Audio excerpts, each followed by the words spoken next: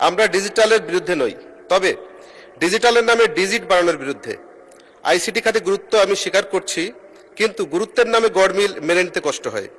দক্ষতার ঘাটতি, স্বচ্ছতা, জবাবদিহিতা এবং এর যে অভাব রয়েছে, অথচ বিশাল বরাদ্দ আমরা এতে দিচ্ছি। এই অসঙ্গতি দূর না করা পর্যন্ত এই দাবি পুনর্বিবেচনা করা জাতীয় সংসদের দায়িত্ব।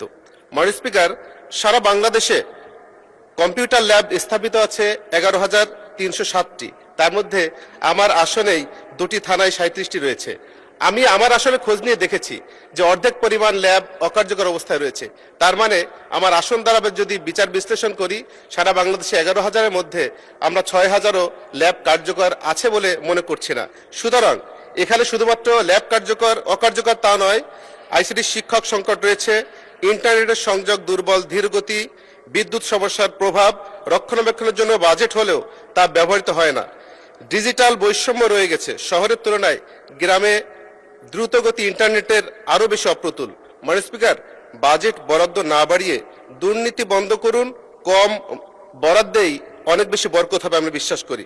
মাননীয় স্পিকার, সরকার হাজার হাজার কম্পিউটার ল্যাব স্থাপনের দাবি করলেও কতটি ল্যাব বর্তমানে সম্পূর্ণ সচল রয়েছে, কতটিতে প্রশিক্ষিত আইসিটি শিক্ষা রয়েছে, কতটি ল্যাব নিয়মিত ব্যবহার হচ্ছে, তার হালনাগাদ তথ্য কি সরকারের কাছে রয়েছে?